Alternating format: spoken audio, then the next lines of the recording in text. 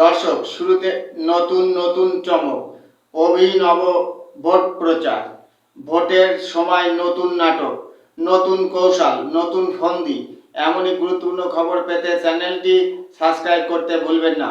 আর হ্যাঁ, ভিডিওটি স্কিপ না করে পুরো দেখার অনুরোধ রইল।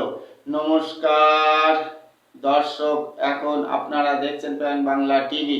আমি অমিত কুমার দাস। মূল ব্যাখ্যায় আসার আগে দর্শক ভিডিওটা একবার দেখুন।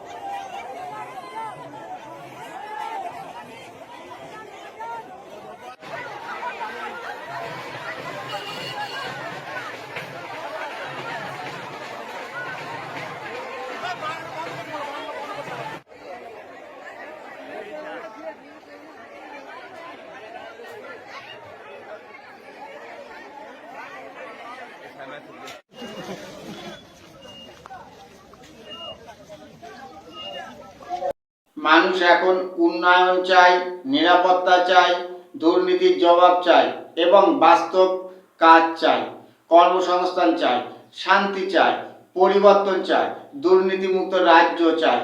তাই এই ঘটনাকে শুধু একটি মজার দুর্ঘটনা নয়, বরং রাজনৈতিক পরিবর্তনের ইঙ্গিত হিসেবে দেখানো হচ্ছে।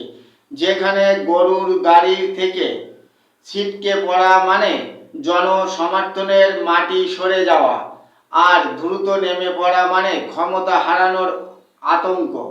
গরুর গাড়ি ছুটে যাওয়া শুধু দুর্ঘটনা নয়, এটা জনমতের দিক পরিবর্তনের প্রতীক। মানুষের ক্ষোভ, বিরক্তি আর প্রত্যাখ্যানের প্রতীক হয়ে উঠেছে সেই ছুটে যাওয়া গরু।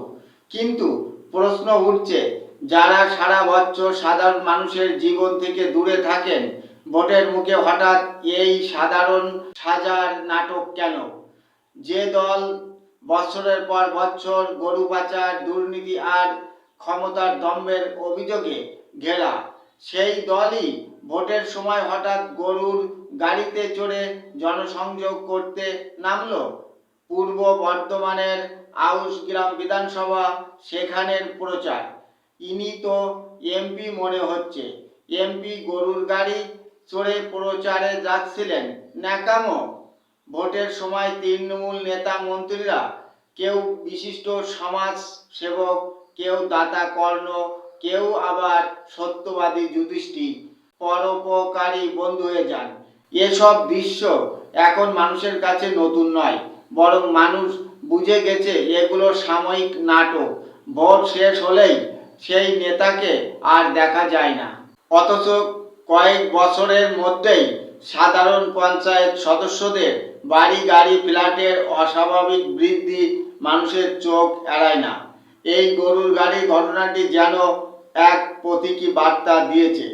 মানুষ পরিবর্তন চায়, অভিনয় নয়। দর্শক, সবকিছু দেখলেন, শুনলেন, বুঝলেন। যা বলার আপনারা বলবেন এবং মতামত জানাবেন। আর ভিডিওটি ইনফরমেটিভ লাগলে লাইক, শেয়ার, সাবস্ক্রাইব এবং কমেন্ট করতে ভুলবেন না।